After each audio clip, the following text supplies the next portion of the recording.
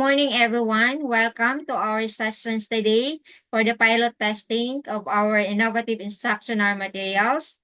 But before we proceed, I would like to acknowledge all of you for your time and effort to participate in these our sessions.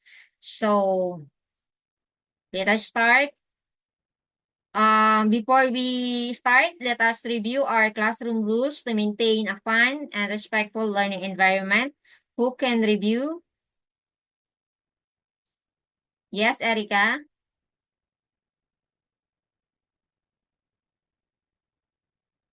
Good morning, Mom. We are ready to learn and will follow the classroom rules.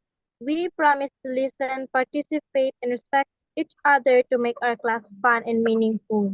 Okay, thank you, Erica. So, before we begin to our first lessons in economics, can anyone recall what we studied last year in Araling Panlipunan? Anyone who can volunteer? Yes, Erica again. We learn about ancient civilizations, revolutions, and the world wars and kasaysayan ng daigdig, Ma'am. Okay, very good. So last year, we studied how societies develop through history, and now we will learn how people use resources and make choices in economics. So let us play a quick block it warm-up game. So just open your available devices, like cell phone, iPad, laptop, or computer, and proceed to the block it app, then log in. So are you ready? Are you ready?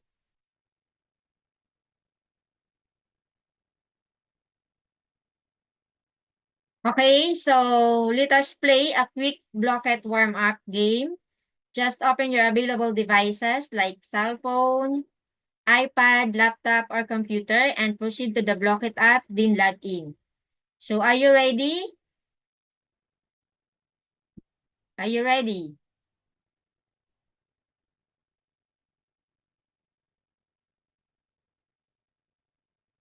Hello? Okay pa ang audio? Checking ng audio. Yes, Ma'am. So, ito yung interface ng ating Blockit game. So, let's play a quick Blockit warm-up game. Just open your available devices like cell phone, iPad, laptop, or computer and proceed to the Blockit app, then log in. So, we'll send the game code on the chat box. No? And then, start the game. So, are you ready? Class, are you ready? Yes, ma'am. Okay, good. Yes. Yes, So, ma'am. I'll give you 10 minutes to play the game.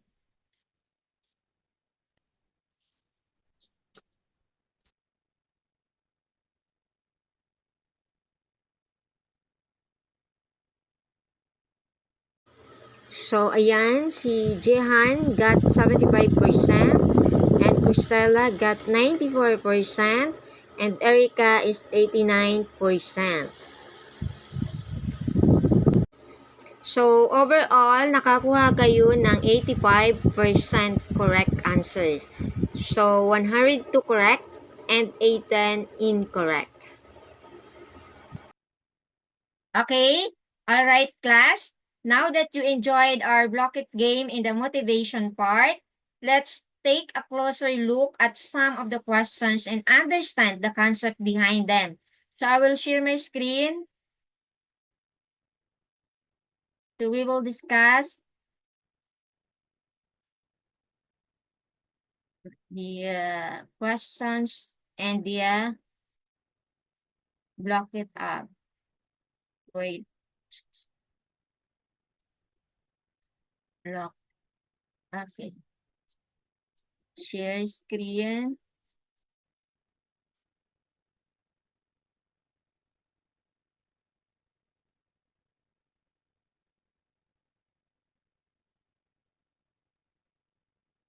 Okay, again.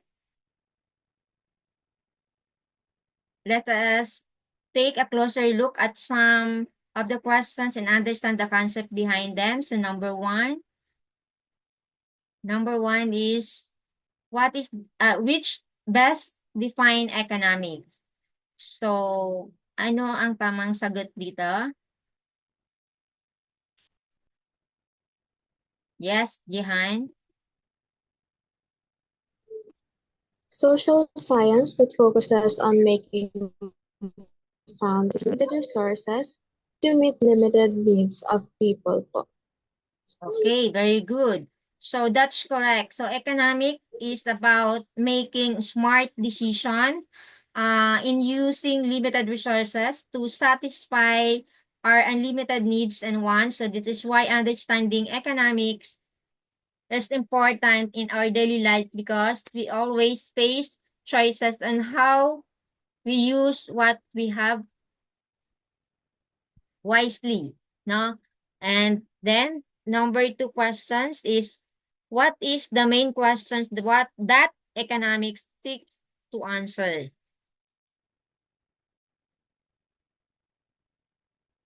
Yes, Jihan? It is the question, we use limited resources to meet our needs and wants. Okay, very good. So that's the heart of economics, figuring out how we can use our limited resources to meet our many needs and wants. So every day, we make choices because we can't have everything and economics help us decide wisely. So number three question is who is considered the father of modern economics?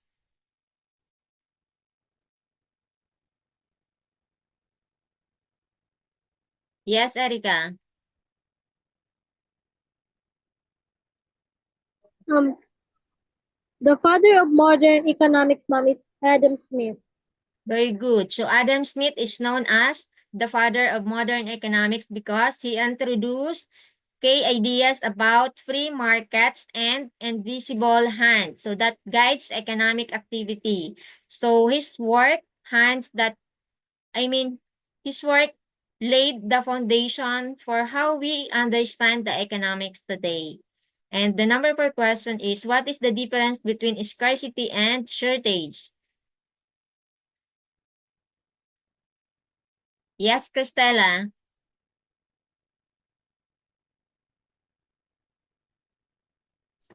The difference between scarcity and shortage. Scarcity is permanent while shortage is temporary. Very good. So scarcity is permanent because resources are naturally limited while shortage is temporary and can happen when cannot meet demand for a short time. So next question is which best give an example of scarcity and community?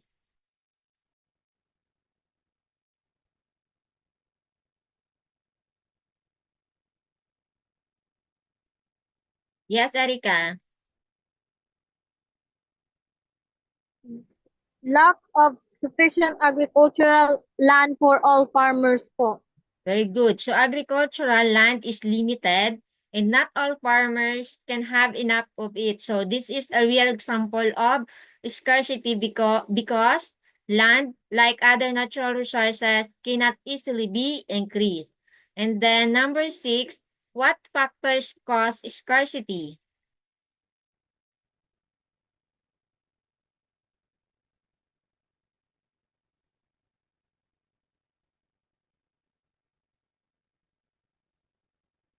Yes, Jihan.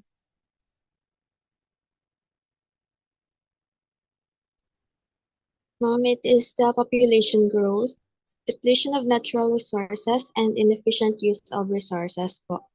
Correct. So scarcity happened because of population growth, overuse of natural resources, and not using resources wisely. So the more people there are and the more we waste resources, the more scared that things things become. So that's the number six. So next is which of the following is an example of a need? Erica? Ma'am, an example of need is water. Very good. So water is the basic need because it is essential for survival, unlike wants such as gadget or luxury items. So next question is why it is important to understand the difference between needs and wants.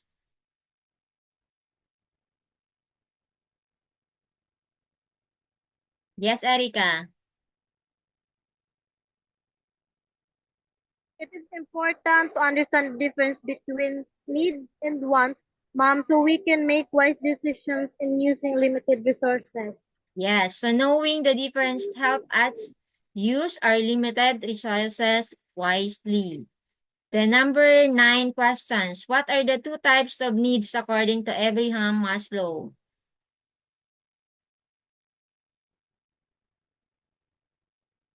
Cristela. The two types of needs according to Abraham Maslow is physical and physiological needs po. Correct. So Maslow said we need both physical things to survive and psychological well-being to feel fulfilled. No. So the next question is, what is meant by opportunity cost? Anyone? Yes, Jihan?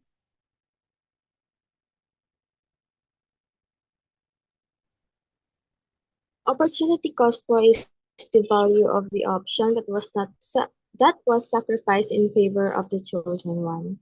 Okay, good. So opportunity cost is what you give up when you choose something else. Okay, next question is, if you choose between studying or working at the mall and you can choose to study, what is your opportunity cost?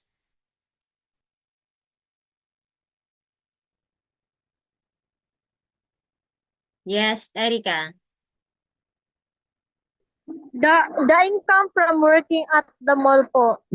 Okay, correct. So the opportunity cost is the income you give up by not working at the mall. So next question is, why is understanding opportunity cost important?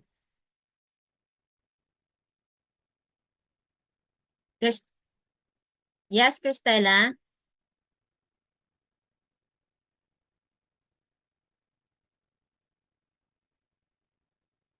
Go ahead, Cristela. To, to recognize the real value of the decisions we make po. Okay, yes. So, knowing opportunity cost help us see the true value of what To we give up. recognize the real value of the decisions we make po. Okay, good. So, knowing opportunity cost help us see the true value of what we give up in every decision.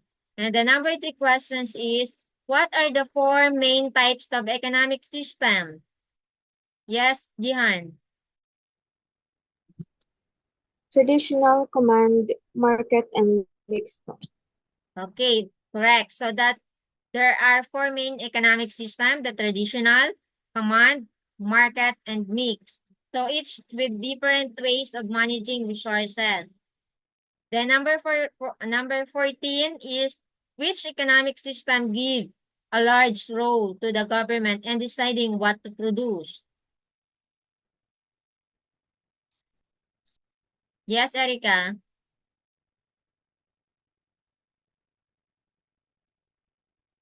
Go The ahead. command economy po. Very good. So in a command economy, the government control most economic decisions, including what to produce. Okay, next question is, what is the characteristic of mixed economy? Gihan, okay. It Go, combines features of both market and command na mismo. that's correct. So a mixed economy combines government control with free market practices. Next question is, what type of economic system does the Philippines have? Yes, Erica. Go ahead, Erica.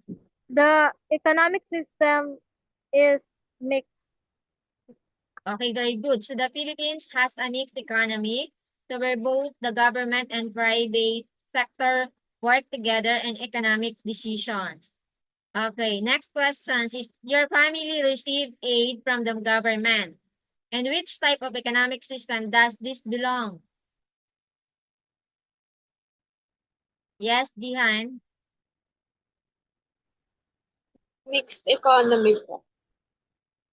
Okay, very good.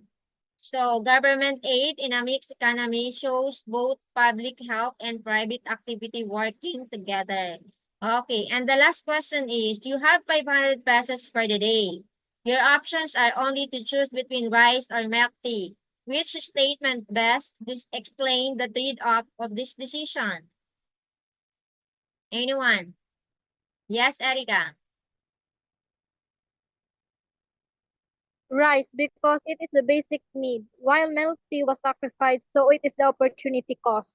Very good. So choosing rice means you give up milk tea, and which becomes your opportunity cost. So uh,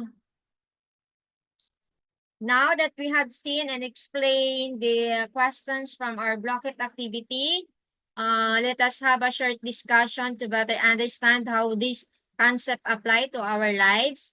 So, okay.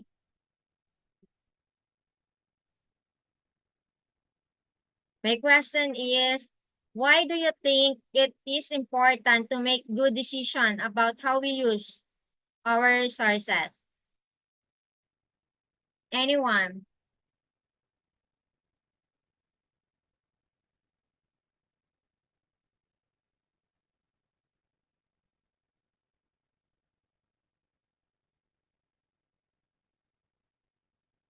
Yes, Cristela.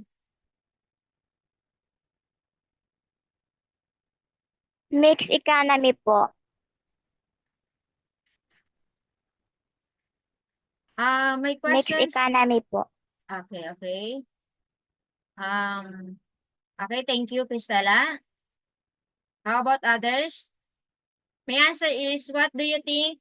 It's important to make good decisions about how we use our resources. Yes, Jehan?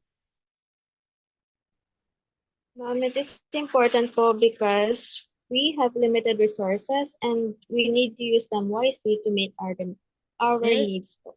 Okay, thank you, Jehan. So another question is, can you share a time when you had to choose between two things you wanted? What did you give up? Yes, Erica.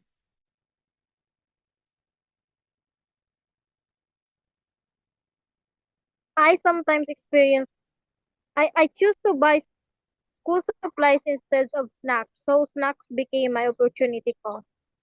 Okay, good. So thank you. And my other questions is, in our community, what do you think is an example of scarcity?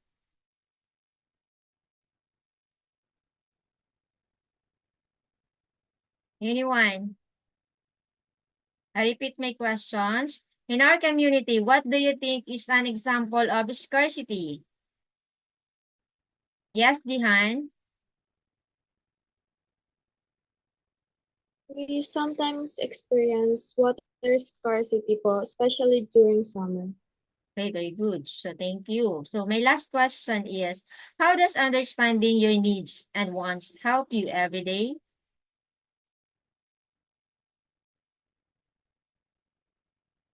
Yes, Erica? It helps me prioritize important things like food and school expenses over things I just want for mom. Okay, so very good. So all of you has great answers. So this basic concept in economics, like scarcity, needs, and wants, opportunity cost, help us understand why we make choices and how we can be smarter in using what we have, whether at home, in school, or in our community. Now, let us summarize our discussions for today. So what have we learned about how our choices affect our lives in community? Anyone?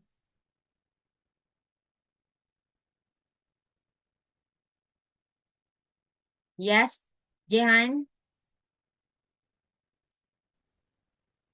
Economics po helps us decide how to use our limited resources po. And so we must choose wisely between needs and our wants. Okay, very good. So thank you, Jihan. So let us proceed to our next activity. So our activity title is My Daily Choices and Opportunity Cost. So the instructions is think about one decision you made recently about how you use your money, time, and or energy. So you will write your answers in your notebooks and share aloud in the class. So by answering the following questions. So number one, what did you choose? Number two, what was your opportunity cost? Or what did you give up? The next, what's your choice, a need for or want? No, what's your choice, a need or a want? Then, if you had to decide again, would you make the same choice? So, I'll give you 2 to 3 minutes to write your answer in your notebook and share to the class. Okay.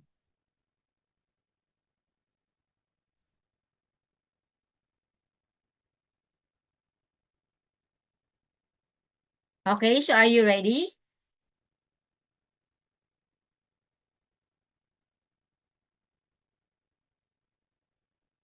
Sino na pang nakatapos? So, sino ang gustong unang mag-share?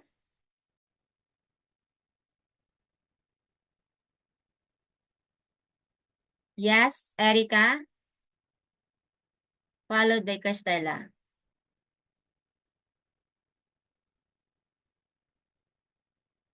Erica, go ahead.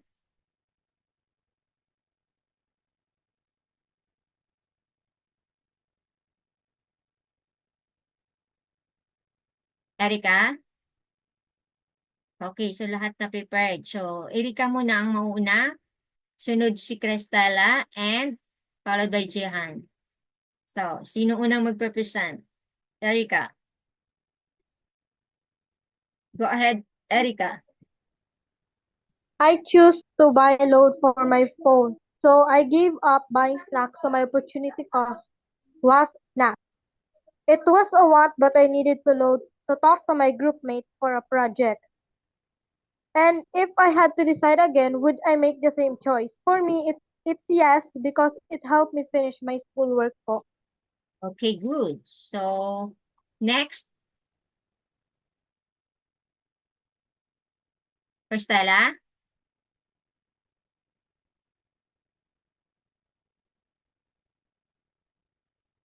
Yes po.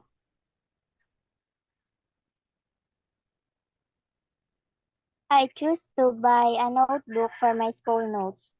I gave up buying new pen, so my opportunity cost was the pen. It was a need because I needed the book and the notebook for my lessons. Yes, because having the notebook helped me stay organized in class. Okay, great job. So, your real-life examples show that economics is not just a subject, but a guide to making better decisions every day. So, our last? Yes, go ahead, Jehan. Mine po was when I was deciding whether to choose Okay, thank you. So, good to decision. rest at So, home you recognize or that going out with rest is friends. important And for your I health and chose learning. So, to rest even at though home you instead of miss going time out with, with friends, with my you made friends a po. responsible And choice to take so care of I gave yourself. up So, spending time that's a with my great example friends. of understanding So needs my versus opportunity wants. cost was So, all of my your social time answers with them. or examples And show how important it is to think rest carefully was a about need our because I was choices very and tired understand what we after a might long be week. giving up. And if So, I had these to these make the are real decision life again, applications of I would opportunity still cost and choose to managing rest scarcity. So now let because us proceed it to our helped me summative feel better assessment. and ready for the school the next So, day. maglalaro tayo ng board Okay, game. so good So, decision. So you punta tayo recognize sa the rest link is sa chat important for box. your health and So, click learning. nyo yung link. Even though you miss time with friends. So, kapag na-click nyo na yung link, okay, so, ganito yung interface na makikita nyo sa board game app natin. So, personalized board game. So, ginawa ito ng aming grupo, junior high school group, and ginawa namin ng offline base para anytime, anywhere, kahit walang internet, kaya nyong i-access or maglaro ng game. So, tinawag namin itong app Gela Eco 9. So, ibig sabihin, araling panlipunan, game-based interactive learning activity, and economics grade 9.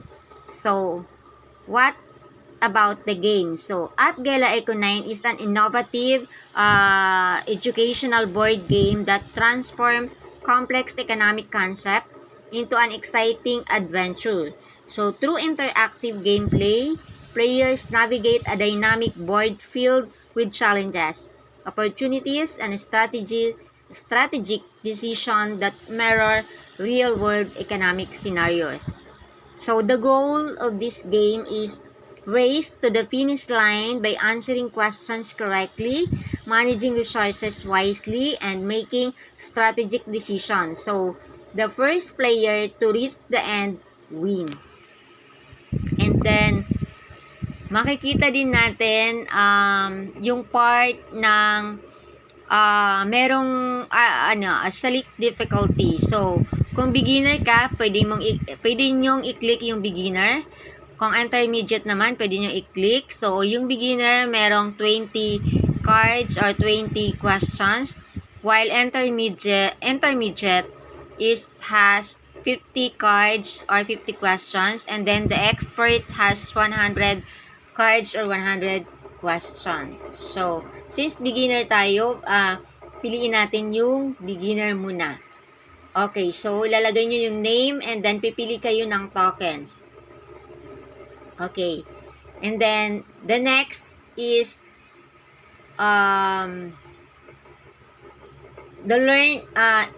learn about the game. So, in this game, we will explore the opportunity cost, which is understanding the value of choices, trade-offs, which means making decisions with limited resources, and marginal thinking. So, to analyze when we say marginal thinking, analyzing incremental benefits and costs, while incentives, how rewards and penalties influence decisions, and the scarcity is the managing limited resources effectively. Okay, and then the game features is with interactive question spaces with immediate feedback, dynamic event cards that simulate market connections, next bonus spaces for strategic advantages, then checkpoint system to track progress, and then consequence system of 4 wrong answers. So, let us start.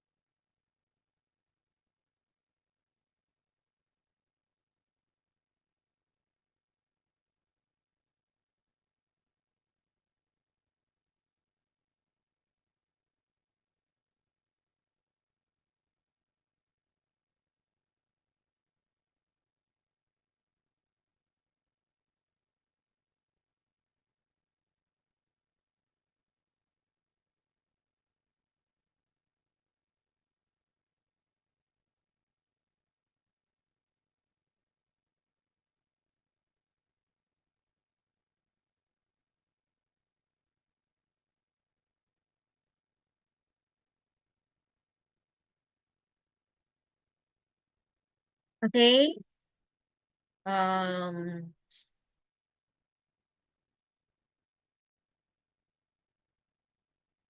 so, tapos na tayo sa games ng board. Okay, mag-play ng board game. So, the result is ito. Okay. Okay, so, yan. So, kumusta ang sa inyong participation? I mean, experience sa games?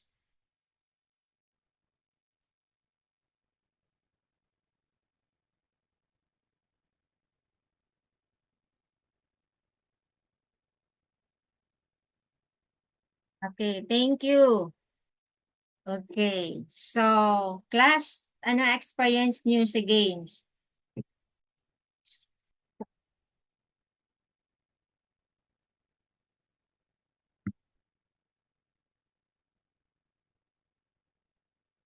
Hello?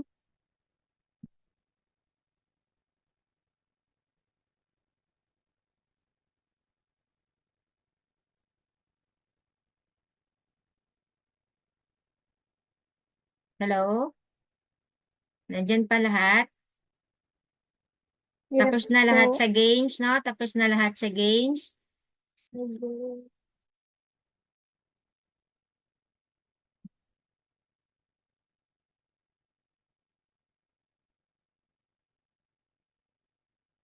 Okay.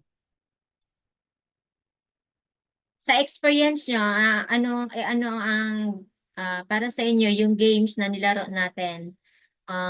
Maganda ba? Nag-enjoy ba kayo? Yes, Jehan? Enjoy po, ma'am. And super effective niya po sa pag-review. And yeah, Okay. very engaging po. Okay, thank you, Jehan. How about others?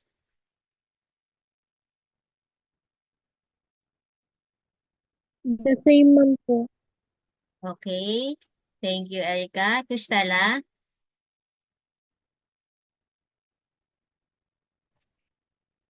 Same din po, ma'am. Okay, thank you. So, I'm happy na meron kayong natutunan. So, kahit after this session, pwede nyo laruin yung games or yung i-access yung app, lalo na itong board game kasi kahit walang internet, pwede kayong maka-access or maka-login sa games. Okay, so now, since our lessons is, okay, so we finish our lessons. So I'll give you an assignment. So my assignment is make a daily economic decision journal that will track you daily economic decision. I repeat my questions. Make a daily economic decisions journal that will track you daily economic decision. Example, purchases, budgeting, saving, etc. So, also create a reflections on how this decision relate to economic principles such as scarcity, opportunity cost, and resource allocation. So, nakuha po ba yung assignment natin? Yes po. Yes po. Okay, thank you, class. Thank you for your participation. And thank you for Welcome, your ma'am. time. Okay, thank Thank you. you po. Bye-bye. Thank you. Welcome po. Po. Welcome po, ma'am.